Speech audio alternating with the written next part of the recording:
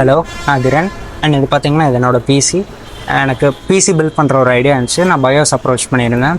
அவங்க எனக்கு ஒரு பெஸ்ட்டான கொட்டேஷன்ஸ் வந்து ஒரு அஃபோர்டபுளான ப்ரைஸில் பண்ணி தந்தாங்க.